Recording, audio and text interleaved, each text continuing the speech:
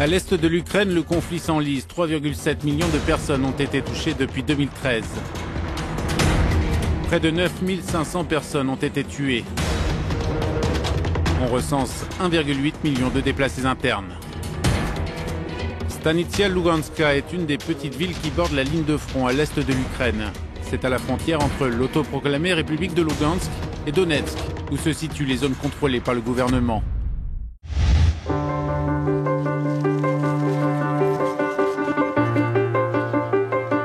Les gens se pressent des deux côtés après des heures d'attente. Stanitsia est le seul point de passage sur plus de 450 km de front. Toutes les nuits, les tirs croisés, les bombardements se font entendre, malgré le cessez-le-feu. Chaque matin, les habitants viennent constater les dégâts sur leur maison.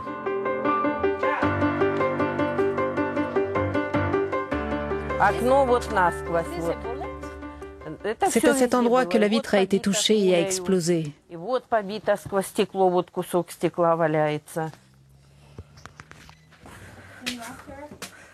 Je cache les fenêtres parce que quand on allume la lumière, on nous voit de dehors. Ils pourraient nous tirer dessus.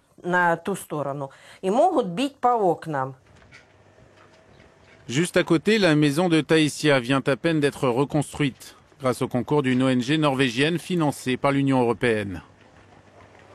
J'ai passé la nuit dans l'abri anti-aérien. Je suis remontée et tout était recouvert de morceaux d'ardoise.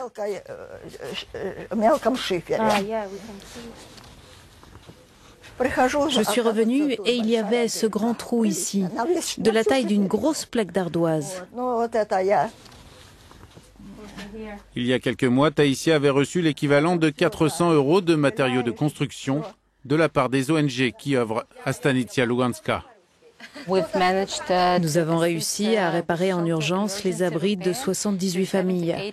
Cette année, nous avons aidé 9200 personnes à réparer leurs maisons.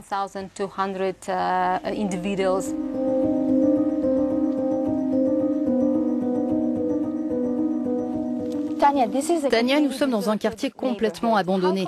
Est-ce fréquent ce type de situation sur la ligne de front?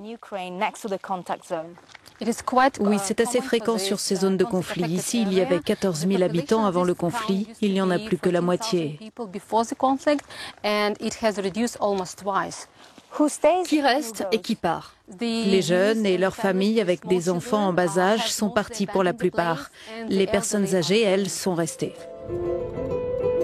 Ce n'est donc pas une surprise si le nombre de personnes déplacées ne cesse d'augmenter, comme le besoin en soutien psychologique. Près de Toretsk, dans la région de Donetsk, nous avons rencontré ces éducateurs.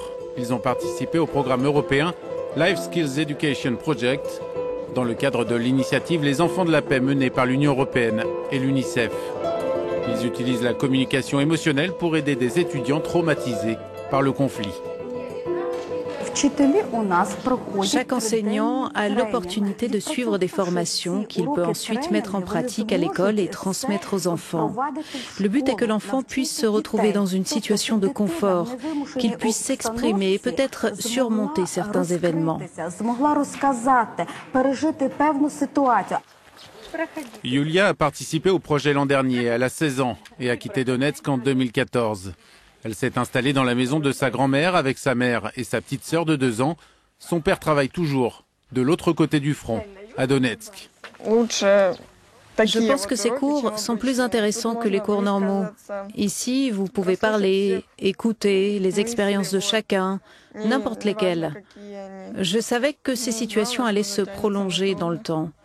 Il s'est avéré que j'avais raison. Plus près de la ligne de front, une autre famille a été directement touchée par le conflit. Mikhailo, sa femme et ses 4 enfants dormaient quand un explosif a détruit la moitié de leur maison. Ils sont des miraculés et vivent toujours ici, au milieu des gravats, sans argent pour reconstruire, en attendant d'être relogés. Pour eux, l'aide internationale devient cruciale. Notre priorité, ce sont vraiment les zones les plus vulnérables. Ça va être la zone du front. Ça va être aussi les zones qui ne sont pas contrôlées par le gouvernement ukrainien parce qu'il n'y a plus d'accès aux services de base. 40% de l'aide humanitaire de l'Union européenne va à ces zones-là non contrôlées par le gouvernement ukrainien.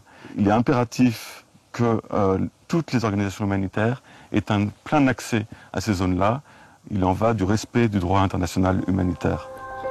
Après notre visite, Mikhailo a reçu le soutien d'une ONG internationale qui lui a permis de consolider le plafond de sa maison. Lui et sa famille garderont un toit pour dormir.